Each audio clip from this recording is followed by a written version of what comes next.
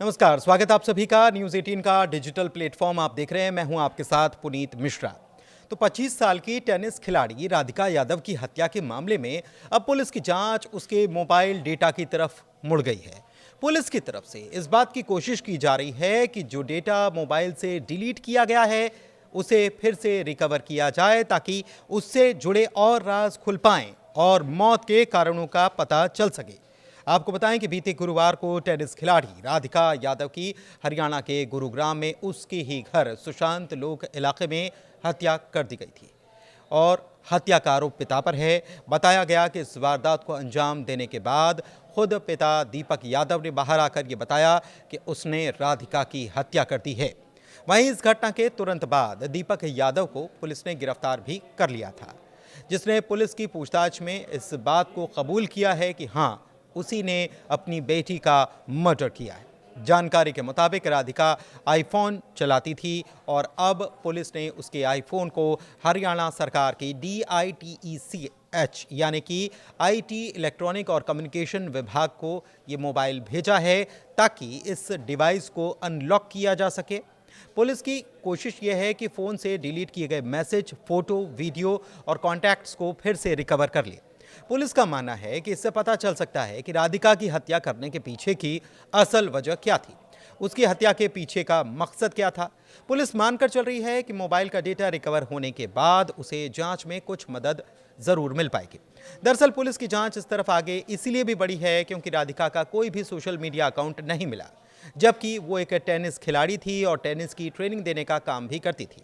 और जाहिर तौर पर ट्रेनर के लिए या फिर खिलाड़ी के लिए अपने प्रचार का जरिया सोशल मीडिया ही तो होता है।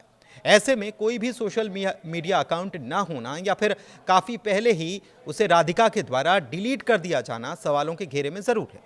पुलिस के सूत्र ये भी बता रहे हैं कि राधिका का जो फ़ोन रिकवर किया गया है वो लॉक था और उसके माता पिता दोनों को ही उसका पासवर्ड पता नहीं था और इसीलिए ही डिवाइस को डिकोड करने के लिए डाइटेक को भेजना पड़ा है।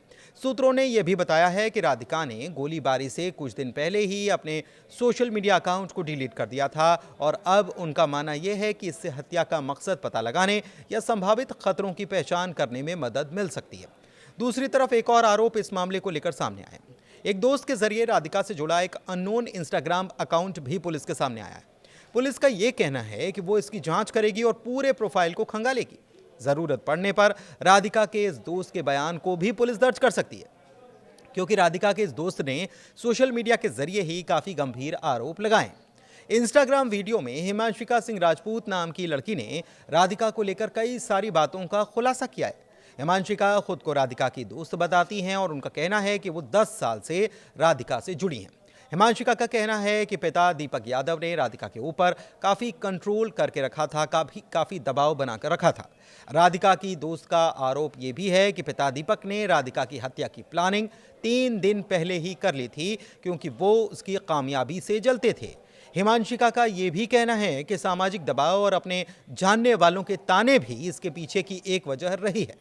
हालांकि राधिका की दोस्त के सारे दावों को परिवार के लोगों ने खारिज किया है। परिवार के लोगों ने इस बात पर आपत्ति जताई है कि राधिका के ऊपर किसी प्रकार का परिवार की तरफ से दबाव था या फिर उसे किसी तरह से कंट्रोल किया जा रहा था। राधिका के चचेरे भाई ने कहा कि अगर बंदिशें होती तो वो घर से निकल नहीं पाती, बच्चों को ट्रेनिंग भी नहीं दे पाती। उन्होंने जोर देकर यह भी कहा कि अगर प्रतिबंध होते तो राधिका अंतर्राष्ट्रीय स्तर पर यात्रा करने या उभरते टेनिस खिलाड़ियों को ट्रेन नहीं कर सकती थी।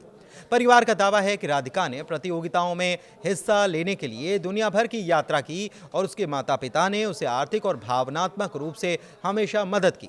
चचेरे भाई ने यह भी कहा कि दुनिया में शायद ही कोई ऐसा देश बचा हो जहां पर वो खेलने नहीं गई हो, और उन्होंने ये कहा है कि इसके लिए वीज़ा लगता है, टिकट भी बुक होते हैं और वो सब मुफ्त में नहीं होता। परिवार ने पैसा भी लगाया और उन्होंने भी मेहनत की है। राधिका ने भी खूब मेहनत की है। मीडिया में गलत बयानबाजी की जा रही कि पाबंदियां लगाई गई थी, परिवार में ऐसा कुछ भी नहीं है। दूसरी तरफ पुलिस के मुताबिक दीपक यादव ने अपनी बेटी पर 5 गोलियां चलाने की बात कबूल कर ली है, जिनमें से 4 गोलियां उसकी पीठ में और एक कंधे में लगी। पुलिस रिमांड नोट में हत्या का जो कारण बताया गया उसके मुताबिक उसकी यानी राधिका की कमाई पर निर्भर रहने के दूसरों की तरफ से ताने आने की वजह इसके पीछे थी।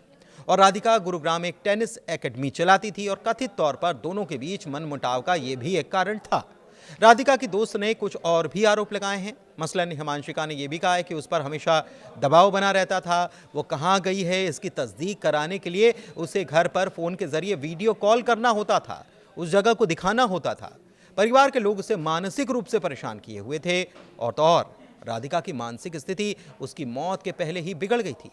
हिमांशिका ने दावा किया है कि टेनिस खिलाड़ी ने हार मान ली थी और अपने परिवार की मांगों को मानने के लिए वो तैयार हो गई थी।